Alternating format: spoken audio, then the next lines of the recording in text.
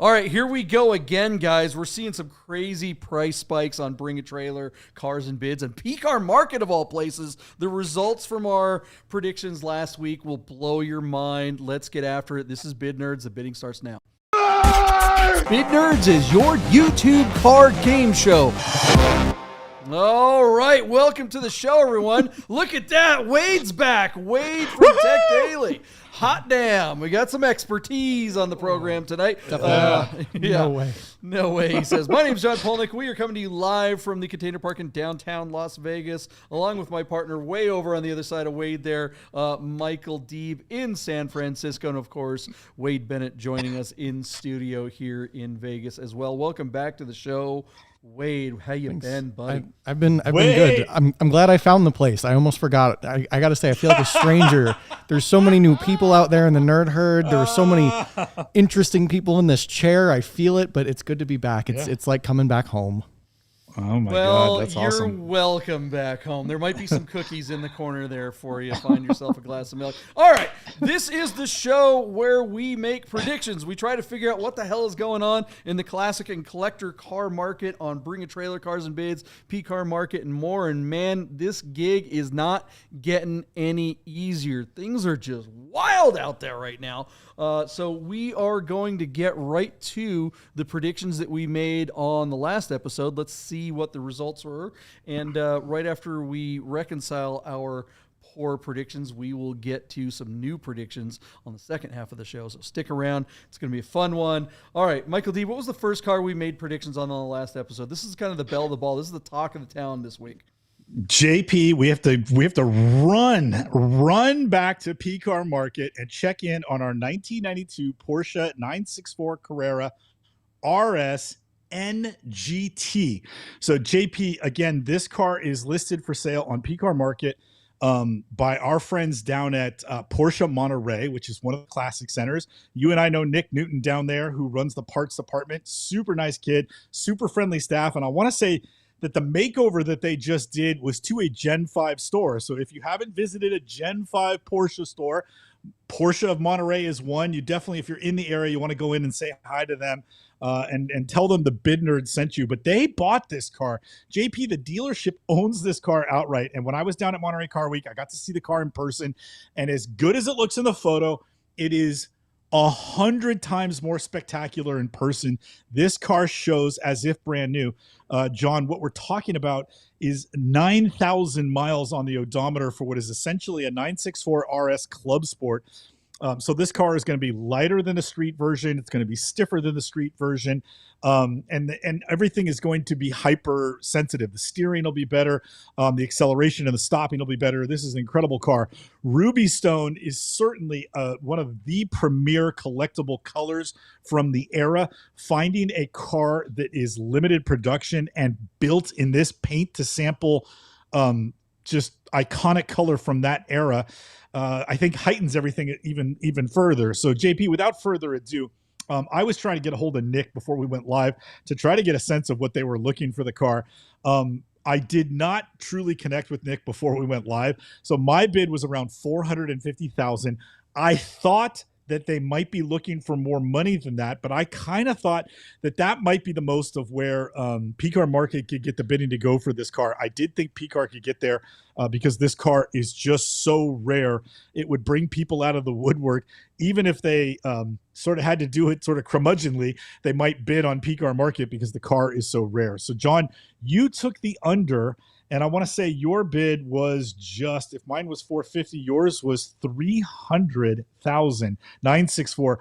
Obviously, you were a lot more bearish on the platform than the car. And I think that's where your bid comes from. Wade, there's a good chance you peaked and you saw this car. But just judging by how rare the car is, you can buy an RS, a really nice RS in the high 200s. And typically we would see a club sport that's been raced not necessarily bring much more money than a street car. But this is one of 200 as a race car that was never raced, is in a spectacular color. It's titled on our shores, and it's already here. This sort of ticks every collectible box for a 964. So despite the PCAR Market platform, Wade, what do you think this car would have hammered for just earlier today, to be honest? Yeah, it's tough. Just so you know, I don't spend my nights browsing PCAR Market. I try and not go on there for the sake of my health and sanity. But beautiful car. I love a Ruby Stone, Ruby Star. And this car from the outside looks very unassuming. From the inside, plopping your butt down into a stripped down race car would be one heck of an experience. I'm going to cut you right in the middle, $420,069. And very good. Let's see very what happens. astute. Very astute. That would put you in the money. JP, did you notice that soft flex where Wade Bennet, the young kid on set, said, I don't spend my nights on PCAR Market? He's telling everybody he's got a girlfriend, essentially is what he's saying. He's like, I don't sit around on the computer like you boomer adjacent mother chickens. Wade, that's a really good bid. Our car hammered for $432,722, where it's sold on 75 bids. JP, they came out of the woodwork, they fought over the car, and they brought it up to a retail number. Again, I think the number that Nick might have said to me while we were in the garage was $500,000 or higher. And that, listen, if you're just kicking tires, you're always going to give a big retail number for a car that everybody is fawning over. But when you boil it down, this is basically about 35 to 40% over the price of what a nice RS coupe for the road would bring. And this winds up being a highly collectible, very rare by the numbers, even rarer with the paint. And it's not just a club sport, but it's an NGT. And again, one of, I think, 213 made, and arguably one of a handful in this colorway. And it was never raced, John. This car is essentially brand new. So a 35 to 40% premium does not seem out of line. We have to tip our hat to PCAR Market, which we very rarely do. They got a retail number for this car. And at $405,000, Porsche of Monterey came on and said, this car will sell today. And the bidding continued on and brought another, do the math for me, $27,000. So I think everybody won here. So JP, are you surprised by the results? Clearly I'm surprised by the results, but I mean, I don't know if them coming online and saying this car is going to sell today at $27,000 before it did really tells the story, because an hour before this car was still sitting. An hour before the auction ended, the car was sitting at somewhere closer to what I was bidding, actually way less. It was 200, right? It doubled in an hour. It over doubled in an hour, added $240,000 or $230,000 in an hour. And it was mostly just two guys going after it. This is just the old adage, man. It just takes two to tango, and they tangoed. They did, man. It was nuts. And everyone's blowing up my phone, from Kelly Smith to Chris Carbine. Everybody was having a good time. It was very entertaining to watch. I kept going back as I was working today on something else. I kept, going from one screen to the other, and I was like, God, it's still going. What the hell? Yeah. It's still bidding. I don't know. Wade, what do you think of the results of this thing? It's interesting to see. I think for the first time in a while, everyone was on the same page. PCAR Market, the sellers, the buyers. I mean, having a successful sale like this with a solid number and realistic, seller or dealer and great pictures and everything, I hate to say it, elevates PCAR Market just a little bit. I mean, this is really, it's just, if I were them, I would use this as a great example of trust me, they are already. It's all over social. Of something they do one time a year. I mean, this everything came together. So good for them. I look forward to seeing the one successful auction they have again next year. The clock is right twice a day. You stole. So I was going to explain to Wade. I was going to explain to Wade what a clock is. An actual analog the thing clock. On your phone, just the numbers. Is that what these hoursmiths can explain that to you? Look, guys, I might put my slant nose on PCAR Market. I don't know. Why not? I mean, I could get it to market. That's the thing about PCAR Market, is you get it on there in like a day or two. Hell, it might be on there now that I'm talking about it. I'll probably look over there and they'll, hey, we're selling your car. No, they knocked it out of the park here. Could we honestly, with a straight face, say that it would have done better on BAT? I don't know. I don't think so. We have seen some there. We keep coming back to that red SC wide body kit car that we covered a few weeks ago. That car failed to sell on BAT. Then was brought immediate, within minutes that it when it failed on BAT, it was on PCAR Market, like we joke, and it brought more money on PCAR Market. Still failed to sell, but that was really the seller not understanding the market, but it did get more money the second time around. So I don't know. Let us know what you guys think of the most amazing car. Hey, actually, before we move on from this car, because one thing I do want to mention, how crazy is it, and some folks are mentioning this in the comments, the Nerd Herd always kind of knows the true nitty-gritty here. How crazy is it that the more built for the road a car is, the more made for that driving experience, the better the car is for a driver to drive, the more money these cars bring, and the less likely they are to ever be driven again. This car is going to go on a trailer and into a museum, and unfortunately, it's just not going to get driven. I don't know what you guys think of that.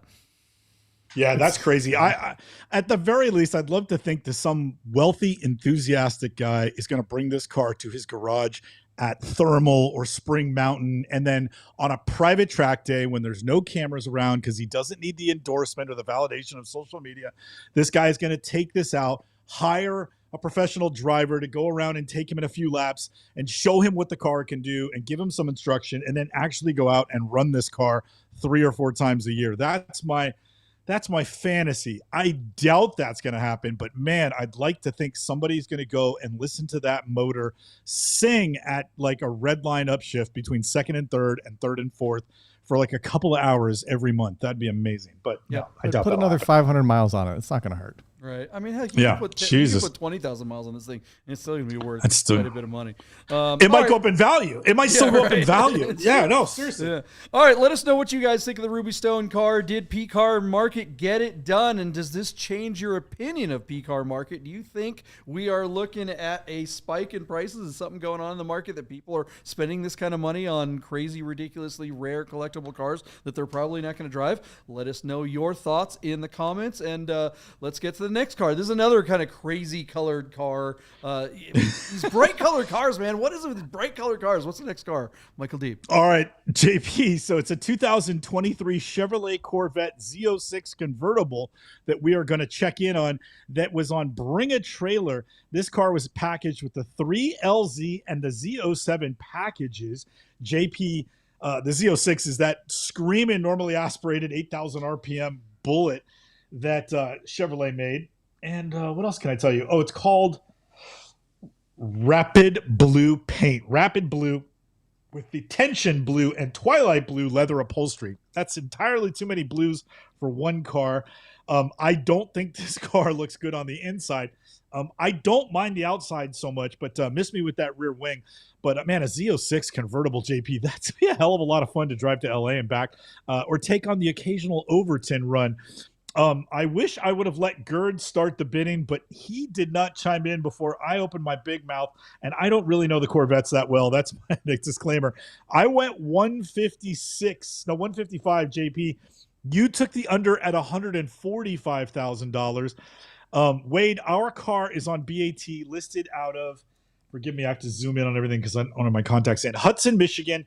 But more importantly, this particular car has 3,600 miles on the odometer, which for a Z06 is practically all used up. So Wade, about $155,000 MSRP, about 4,000 miles on the odometer, and it's a polarizing color. What do you think this thing would have done on BAT just the other day? Real quick, did you guys lose a bet? Why did you put a Corvette on the show? What's the deal? Yeah, because I have one. This car is the most similar car to any car that I own. It's a rear engine LS car. Times I mean, changing. come on, I'm into this for a month. Next thing you know, it's Corvette nerds over here. You can't see the New Balances and the jorts. I'm trying to show them to you guys. Wait.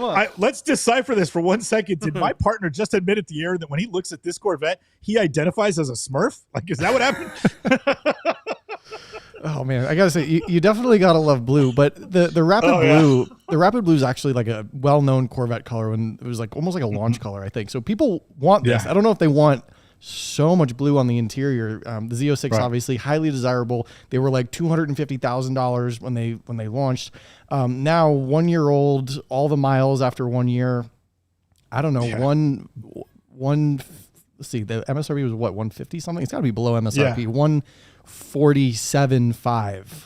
All right, so you come in over JP by just a couple of bucks. It's interesting because our car hammered for just $129,053, where it's sold on 18 bids. So JP, you were the closest because you were the low man. I agree that the exterior color doesn't really bother me. I love Riviera blue and Mexico blue, and this color is very reminiscent of those sort of bright, flat shades. So I don't mind the color, but the interior, I think, would turn a lot of people off. 129 seems like a low number to me, but the seller took it. I'd say this seller's getting real with the market, JP. I'd say that definitely a little come to Jesus moment. He took 129 after putting 4,000 miles on his $151,000 car, and that's, JP, assuming that he didn't pay an addendum for this car. And I don't, maybe Gerd could chime in. Is everybody paying an addendum for Z06s, or is that already come to pass? He had said can on I the go last down to episode that no, that's kind of done. Okay, got it.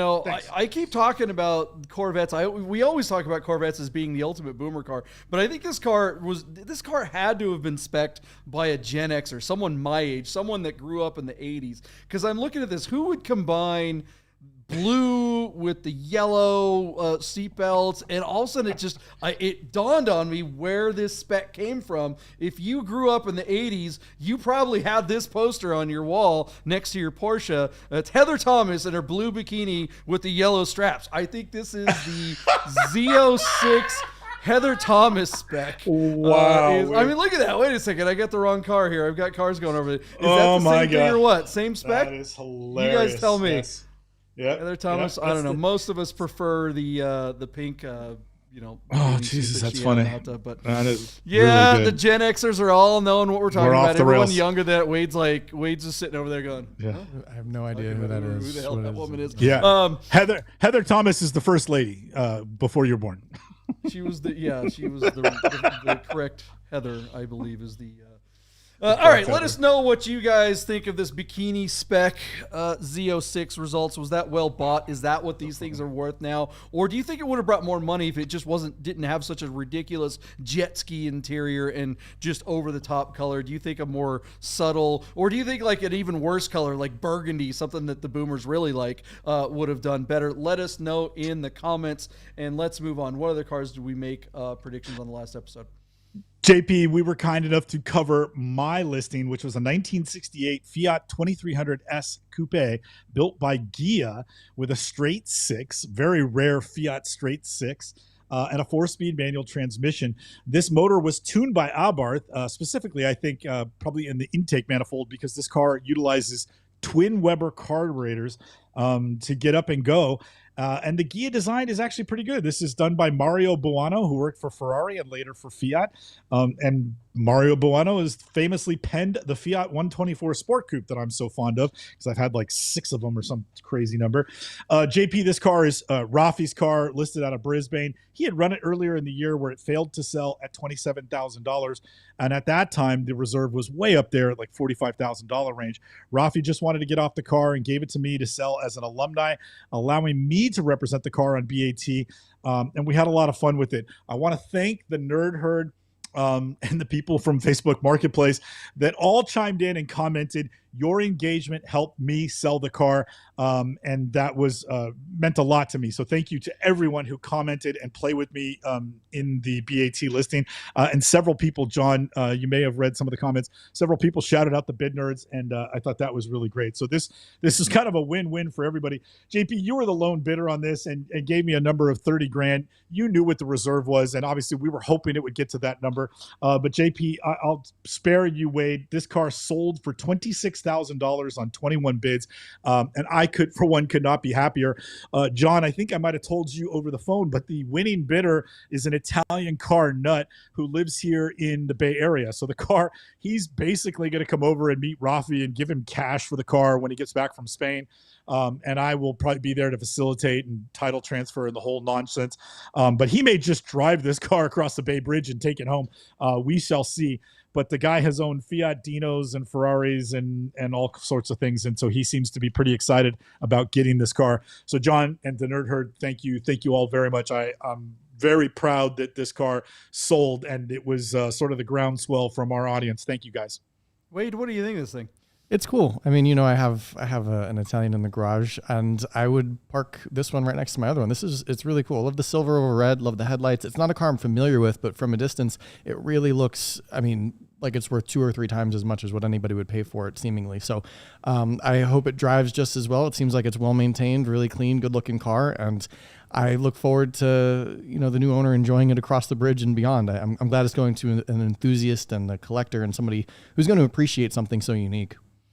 Yeah, I mean, how cool is this? Is the kind of car that if you rolled up to Cars and Coffee somewhere, people just think it's if you told them it's a couple $100,000, everyone would be like, okay, they don't know what it is. They would just believe you because it looks like it could be. So to get something like this for under $30,000, man, I wish I had a spare $30,000 laying around because I would like to have owned this thing. But I don't know if I would have driven it back to Vegas from San Francisco. Maybe over a bridge with a AAA membership, but 600 miles through the desert, not so much. All right, let us know what you guys think of the results of this beautiful little Fiat.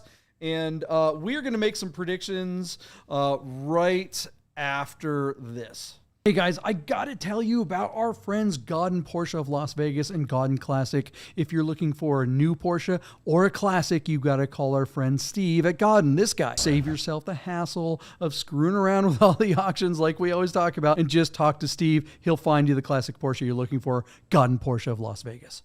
Hey guys, you're probably looking at your watch and wondering if Bid Nerds will ever end. So you better talk to our friends at Our Smiths to make sure your Rolex, Tag Heuer, AP, or any fine timepiece is in tip-top shape. Our Smiths, fine Swiss repair.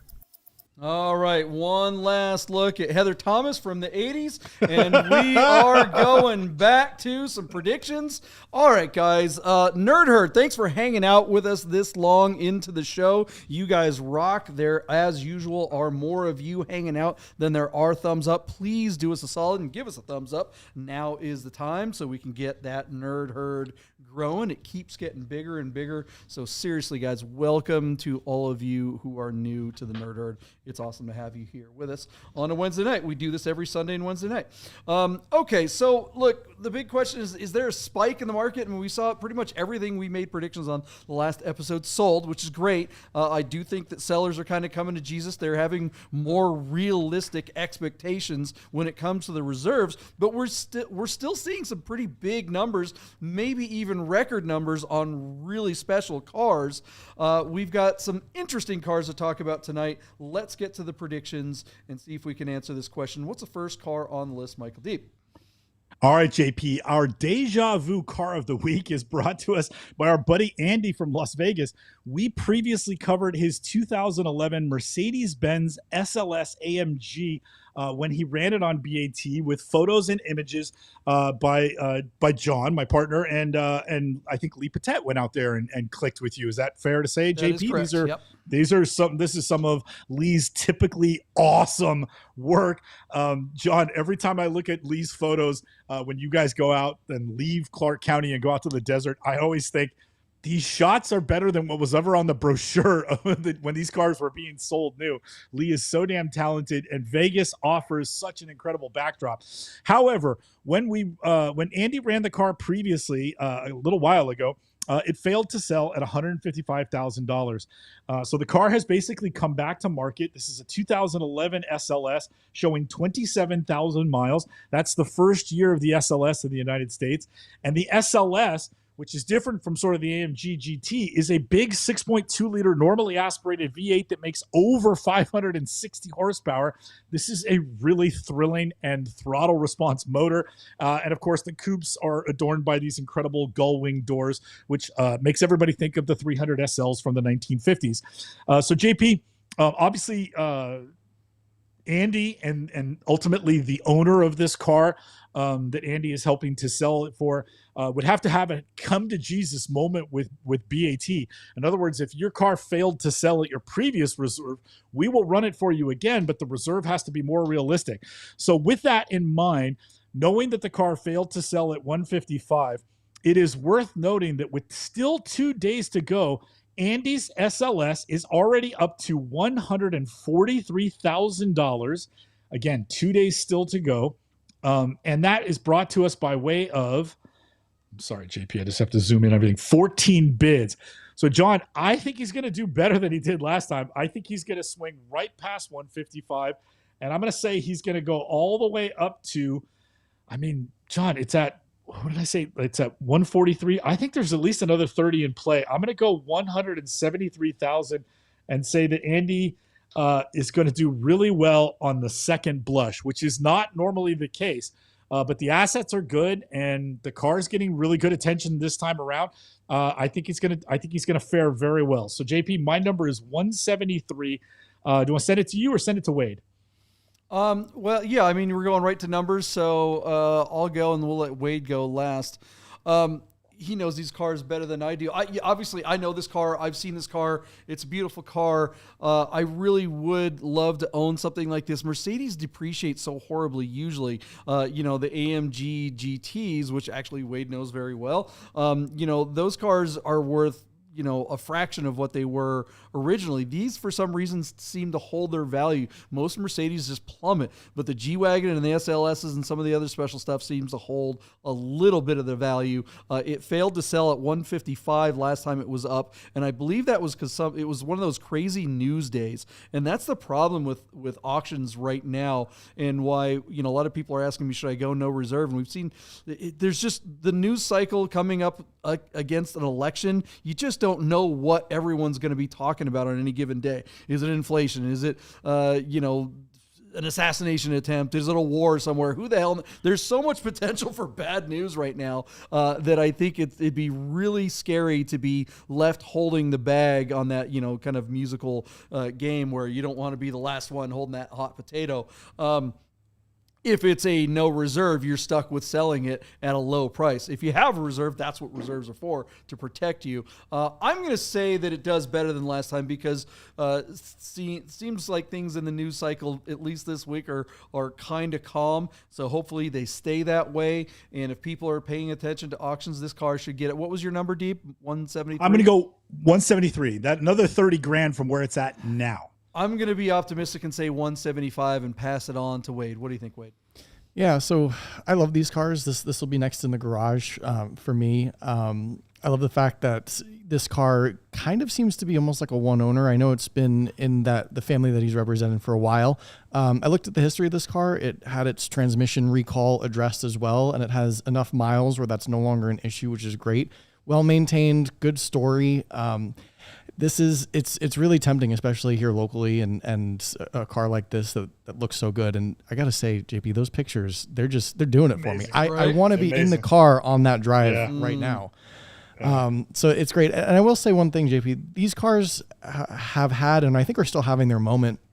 A couple of years ago, pre-COVID, these were, for the coupes, 120 grand. They were a tough sell. A lot of them skyrocketed over 200,000, especially the ones with a particular color and spec and some options. These, I think, will have another time again being the iconic collector car that it is. They didn't make a ton of them. And I really hope he does better the second time around. It's not only a calm news week, seemingly, knock on wood, but stonks are at an all-time high. People have money. They might be looking to do something different. And especially here, it's driving weather. It's no longer summer. I think we might have jinxed that too. So I put this car at 167, and I think given what it is, the little higher miles and a little less options, I think that's a good price for this. And I'm jealous. I'm going to try my best to keep my finger off the trigger, but it's tough. Yeah, this would look good next to your car there, Wade. Wade, what's the brake horsepower of the 599 GTB? 611, I believe. Yeah, so it's about 50 more than this car. I would say that this car is really in the same, neighborhood as your car from a performance envelope, from a prestige standpoint. These cars really, they're stunning Grand Tours that have incredible supercar performance from era and still unbelievable performance today. I'd say this is a lot like the car you have, and Mm-hmm. arguably a tiny bit more reliable. Yeah, definitely. It's got to be a lot more reliable. I mean, the 6.2 AMG is like, I mean, these things are bulletproof compared to a 12-cylinder Ferrari. The only thing about the first year, and I think some of the second years, was they had this transmission deal, and a lot of cars from this era, including even the car that replaced it, the AMG GT, which I had this odd carbon fiber drive shaft transmission, some combination of a problem that always plagued these. But I read through the documents in the Carfax of this car when it ran the first time because I was curious about it, and it seemed like that was addressed by the previous owner. So, and usually around 25 to 30,000 miles is when things go wrong. And this car has passed 25,000 miles. It's been serviced. It looks good. So I would be really interested in this car as it is, and I hope it gets the love it deserves. That kind of reminds me of like the 997 Porsches and 996 Porsches. A lot of times when you see sports cars that have super low miles, people get a hard-on for them, and they're like, oh, yeah, it's got low miles, but it's like 25-year-old car. A lot of these cars, especially these modern ones, even that are 10, maybe 15 years old, they did have problems. Like the 996 and 997 had rear main seals that leaked really bad on almost every single one of them. I'm not talking about the intermediate shaft bearing. I'm talking about the rear main seal and camshaft seals and all these dumb little things that they're not like, they're not catastrophic problems with these cars, but they are costly if you've got to go take them to the dealership and be repaired, and when these cars are under warranty, all that stuff's covered. So you'll want a car that's got at least a few miles like this one to get past those issues. Someone else has dealt with those costs. Now you can just buy this car. It does have a few more miles than maybe the regular one, but you can buy it and drive it and own it and enjoy it. How nice is that? We are definitely keeping our fingers crossed for Andy. If you don't get this one, he does have this seller that he is representing has a convertible one that will be next. Get so them that'll both. be a good Get Christmas them both car. matching pair. Yeah, there you go. You get one hers. for each side of the garage. All right, guys, let's move on. What do you think of this beautiful SLS? Will it bring more money, the second bite of the apple, or should he have taken the money the first time around? Let us know what you think in the comments, and we have more predictions. What's the next car on the list? All right, JP, we are going to take a little bit of a deep dive on a 1999 Ferrari 355 Spider Serie Fiorano. As the car was aging out, and they were getting ready to replace the car, in the final year, I believe, they made approximately 100 of these limited edition Serie Fiorano models. Our car is a Spider, a yellow cider, and it is number 7 of the 100. And it currently shows 49,000 miles, 40,000 of which have been added by the seller who purchased the car in 2003. So essentially, JP, there are 100 of these cars for the North American market.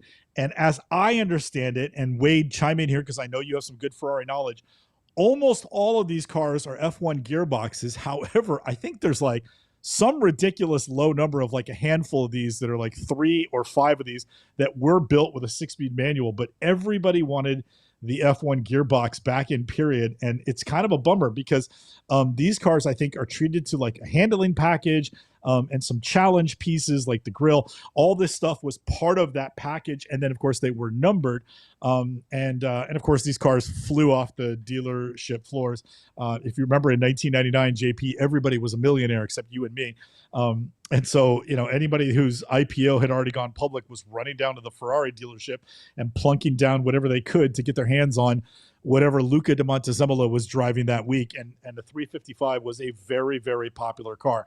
It's a shame that the gearbox did not age well. I mean, it really wasn't good in period, but people wanted the thrill of shifting gears, in quote unquote, an instant with a flappy paddle. But as time has rolled on, anything with a 6-speed manual from that era is worth infinitely more money.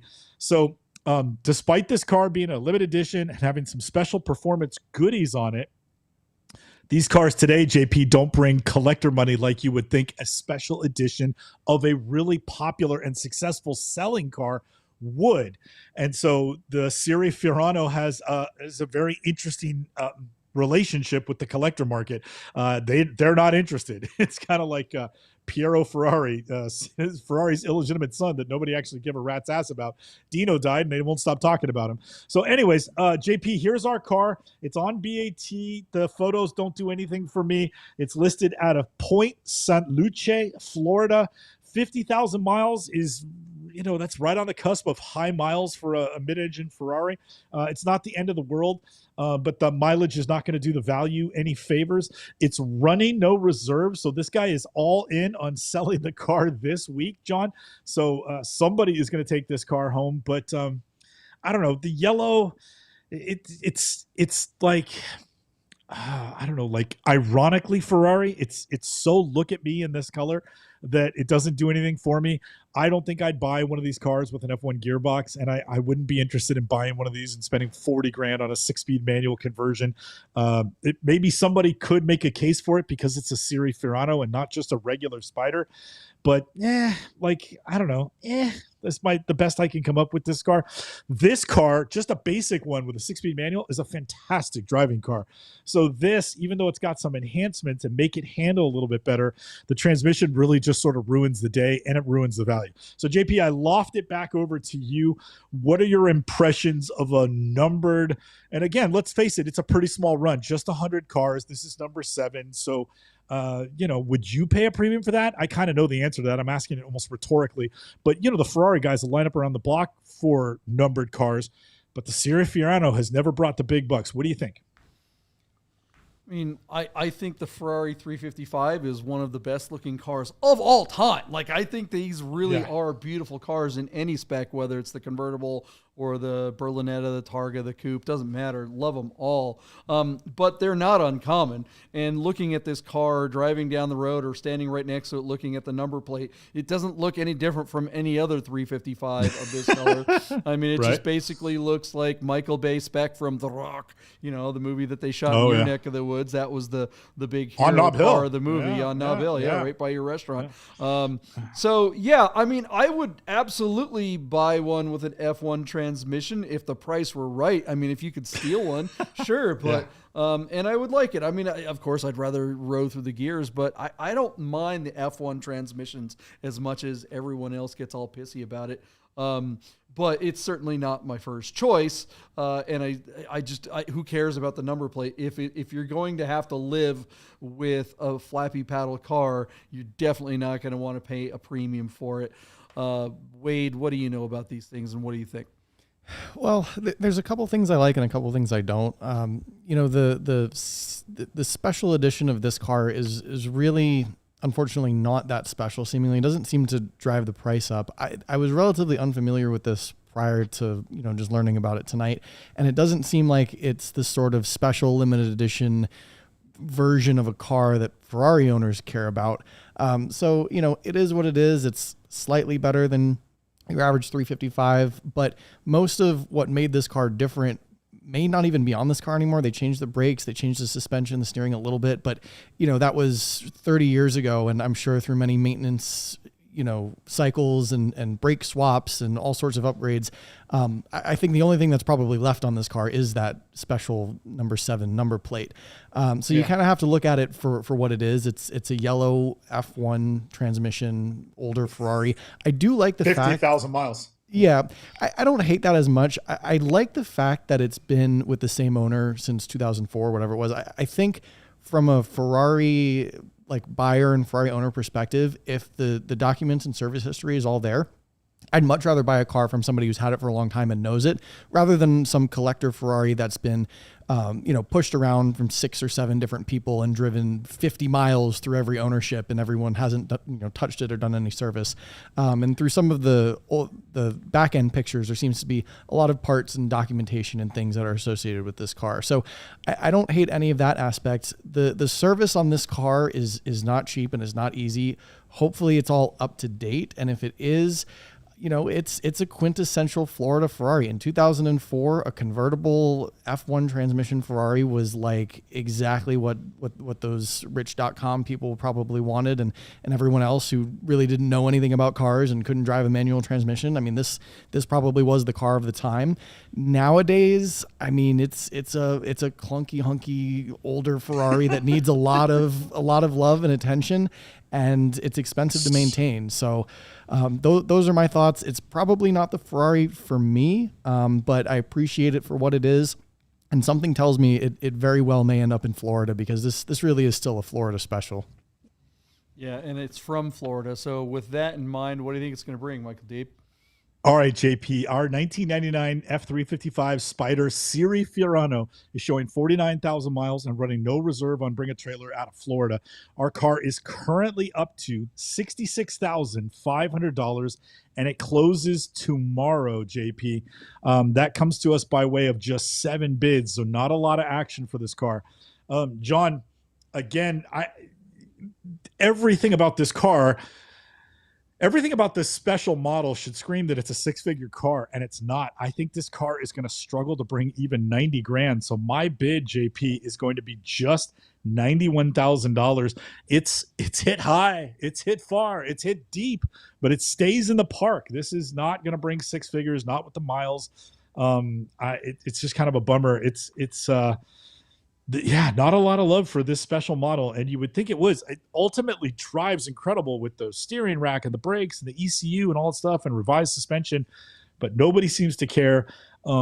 This is a good value if you're looking for one and the gearbox doesn't bother you. This could be a fun car to run. But yeah, I'm not feeling this one too much, JP. 91, and I'm not even confident it gets to there. So where are you at? Yeah, I'm surprised by that bid. Honestly, I do think there's a bit of a spike in the market, but this car's presentation is poor. It is a Florida car. That adds a lot of questions. Pictures in a parking lot. This thing basically looks like a used Honda Accord on Facebook Marketplace. There's nothing special feeling about this listing when this is supposed to be a special car. It's got rock chips, and I appreciate that the seller is disclosing some of those blemishes, and that's good news. But because of that, I think this car, I thought I was going to be, kind of the optimistic one by saying, I think this thing will get, $75,000. So I'm going to say $75,355 and pass it off to our resident Ferrari expert over here. Wade, what's it going to bring? That was close. I'm trying to figure out if I should go over you or under you. I like the 7, and I think I'm going to go under. I'm going to say 71,777 for number 7 of 100 over there. I think it sells. I mean, I'm sure this guy has enjoyed the last 15 or 20 years of ownership. But yeah, Give it to me again, Wade. What's your number? 71,777, and hopefully it sells. But I think even the 6 speeds of these cars, depending on what they are, aren't 6-figure cars. So I do think this one's going to struggle too. Yeah, especially with that kind of mileage. I mean, if it were a 6-speed, I'd think it'd maybe get $110 with this kind of presentation and photos and being from Florida and all those things. But I don't know what you guys think. The nerd herd seems to be with me. And this listing looks like it's from PCAR Market or Cars and Bids with the parking lot in the Florida. Yeah. I mean, it really doesn't look like a PAT listing. Yeah. Seriously, it's a really bad listing. But from 66, I'm surprised you think that this car is only going to bring $5, or in JP's case, $8,000 or $9,000 more. I do think it'll bring a few dollars more. It might not get to my 91, but I think it'll do better than your numbers, and that's just fighting words to make tonight's show a little bit more interesting. Yeah. But you said it, Deeb. I don't know. You said it. It's only had 7 bids. I mean, you only need 2 to tango, like we saw with that amazing 964. But I just think with 7 bids, I don't even think this is gonna be a one-person party here. And I don't know. Let us know what you guys think this 355 F1. I don't even know how to pronounce the special name of it, and don't care because I don't think it's special. And let us know what you think in the comments. Most of the nerd in the nerd herd right now kind of agrees with Wade and I, although there are a few bids in there that are up there with Deeb. So, yep. Hey, if you're hanging out in the Nerd Herd, again, thank you. If you're new to the show, if this is the first time you've watched the show, or maybe you've been lurking for a while and hanging out, but you're watching live, get in the Nerd Herd. Get in the comments. Introduce yourself. Everyone in the Nerd Herd will say hello. You'll make great friends over there. I've said it before. I'll say it again. I'd way rather be hanging out with the better class of people that are in the Nerd Herd than any of my panel members here, and myself included. We're all kind of dirt bags, and we don't know what we're talking about. Maybe Wade knows a thing or two. But the Nerd Herd's really where it's at. So get in there and say hello and hang out and make some friends. And we're not done yet. We still have another car to talk about. So silly. What's the last car on the list, Michael Deeb? All right, JP, we've got a 1990. Somebody seatbelt JP to his seat so he doesn't run out and buy this thing. Yeah, right. It's a 1990 Porsche 911 Carrera 4 Coupe that has been treated to a slant nose conversion with a 5-speed manual. So JP, what we're talking about is the G-body slant nose with the boxed rockers and the Testarossa slots ahead of the rear arches, the slant nose. And then, of course, JP, they had to convert the front end. That lower front valance is right off a 911 turbo. So a lot of work and money has been spent to make this car what you see here today. And JP, I don't hate that it doesn't have like a fixed rear wing. It kind of makes for a very interesting to stare at car with the, the silver paint and the cups. And then you got, the full wide body and slant nose, but no wing. It's a very M470 car. I'm kind of digging this thing. And JP, what color is that interior? Is that black interior or dark blue? It's Metropole blue. Metropole blue. Yeah, so silver with Metropole blue. I don't hate the interior either. It's not my favorite. I wish it was black, but I like the blue over a lot of other options that could have been had. John, our car, and you may already be aware of this, is in Henderson, Nevada. By the seller 86 Targa. The question we have is 86 Targa going to Cars and Cafe this month with all his money so he can buy a new car? John, our car in Vegas has 89,000 miles. It's a normally aspirated car, but it looks like a turbo with the wide body and the slant nose. And it's a very interesting feast for the eyes. If you're a Porsche guy and you've looked at a lot of 911s, you could spend a few minutes walking towards this car trying to figure out what is actually under the skin. And it is basically a C4 coupe from the 964 era, but it really looks like a sort of dressed up G body because let's face it, 964 slant noses are way rarer than G body slant noses. So as soon as I see the slant nose, I'm thinking G body, but this is not. This is a more contemporary car. John, I bet this car drives great, and I bet this car would look fantastic next to your slant nose with the LS. So JP, are you a slant nose collector? What's going on? Are you going to take a run at this car? Is that why you picked it? Are you trying to get the herd to help you create a ceiling for your bidding this week? Tell us, why did you pick this car? I know why, but tell us why. Well, I mean, let's for starters, yes, I know the owner. I mean, I don't know him that well. I've met him a few times. And I know the guy who is representing the car for him. They're buddies. The guy who owns this car. I'll say this about the car on the good side. This car has been very well maintained at our friends over at 900 Series. Tony and those guys have spent a lot of time. The owner of this car is one of those guys. If even the slightest thing is wrong, he brings it in. He's not a car guy. The guy that owns this car, like if you get in the car with him, he will not rev this thing over 4,000 RPMs, man. He's one of those guys that's just like scared of the car. And I do like slant noses, but this particular car, this car has potential, but it looks pretty bad. This listing is awful. I mean, this listing makes that Ferrari look like a 911R listing. I mean, this is just, I know these guys, and Mike is a good guy. He's done well with cars on BAT, despite generally not listing his cars well. His photography is always horrible, but he's one of those guys that's going to be too cheap to pay someone like me to do it right. I think that leaves money on the table for him. Sorry, Mike, there it is. Next time, if you're selling a car like this, come to me and actually spend a couple bucks. Maybe you get a shot. This car, the ride height, it's funny you mentioned Cars and Cafe. This car was at the last Cars and Cafe. And I've seen it at 900 Series a number of times.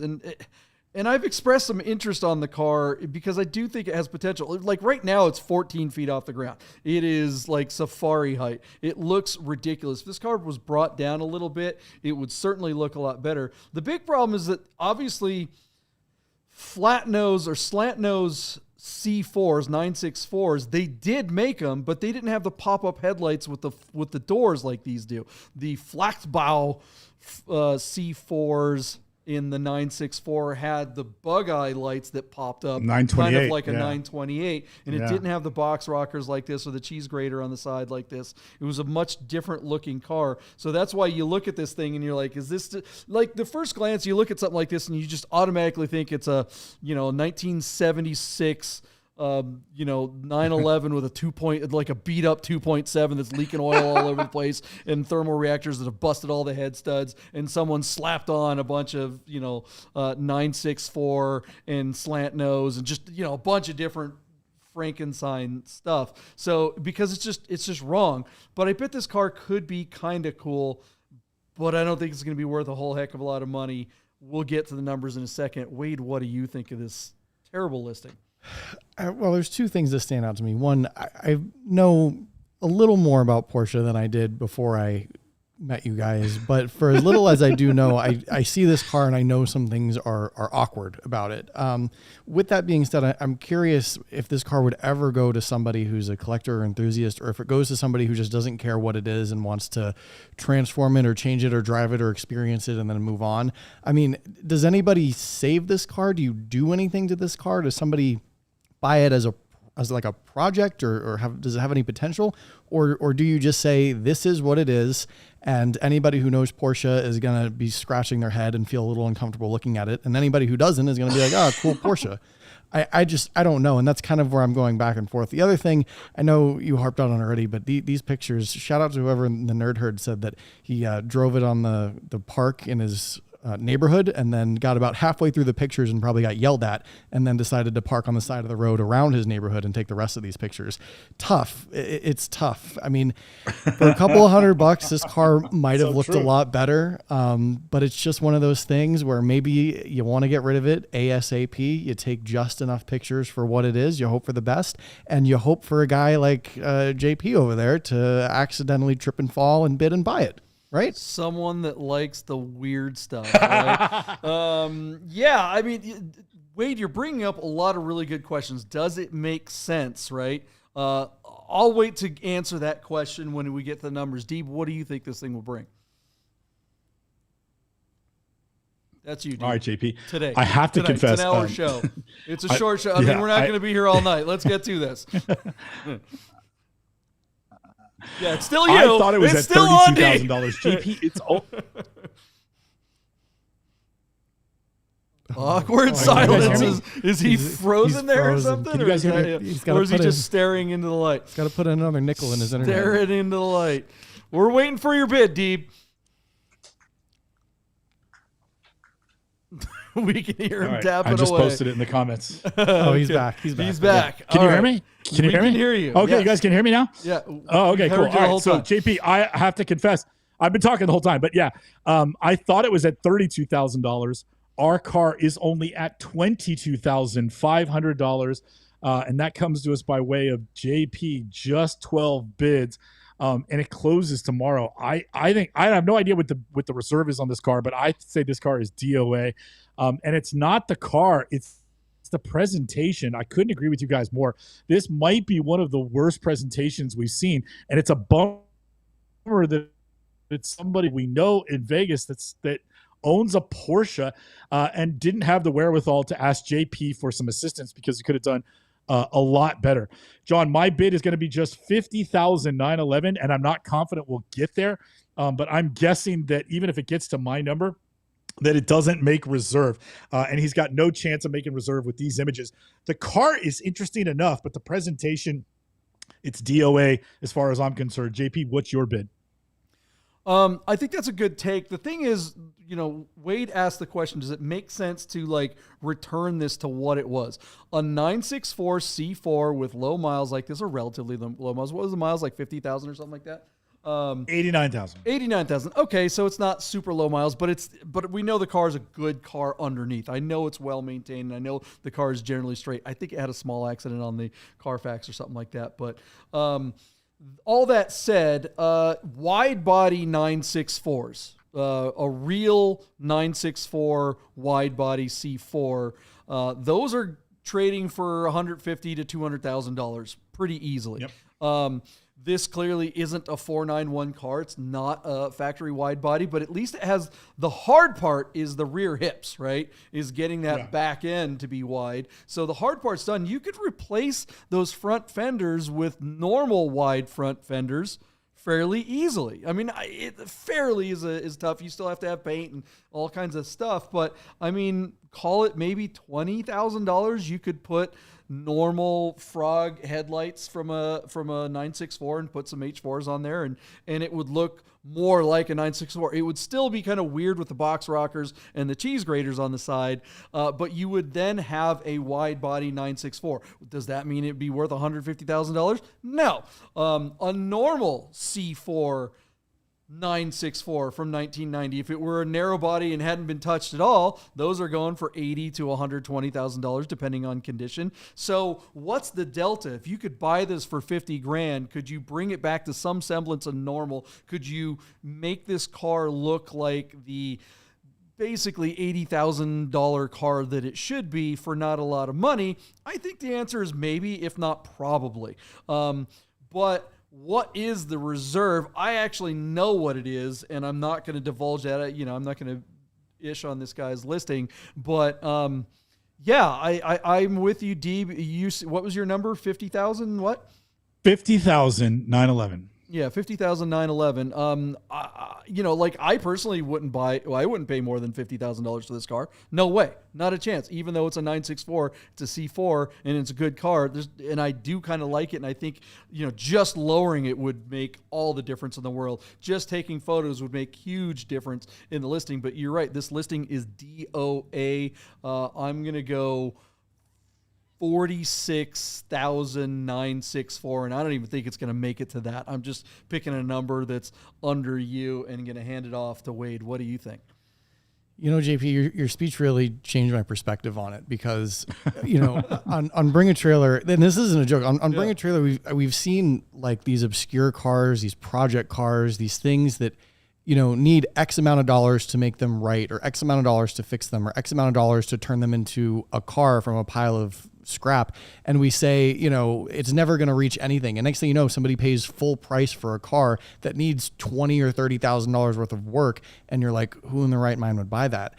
And I almost feel like this car is going to be one of those cars where somebody says, a normal version of this car, an unmolested version, or something kind of related, a distant relative to this car is worth $120,000. And if I got this for 80, I'm really in good shape. And they may not really understand the difference that you were explaining. So that all leads me to believe, regardless of the pictures, that this car might do like better. I'm actually going to go kind of high. I'm going to say 79,911. And wait, it's at 22 right now, right? I do. But okay, here's the thing. Right. I have seen cars that are weird, that are project cars that need so much work, get all the money as if they were like the car that it is. And I don't know. This is just one of those cars where I feel like somebody's going to say, oh, if it were just a little bit different, it'd be $120,000. So if I got it for 80 or 90, I saved so much money. I don't know. I just feel like it's one of those things, as weird and as kind of ugly and as kind of like put together as it is. I don't know. I just have a feeling.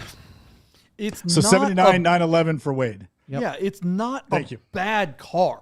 Mm-hmm. This is actually a very well built, well put together version of whatever the person's vision was for building this car.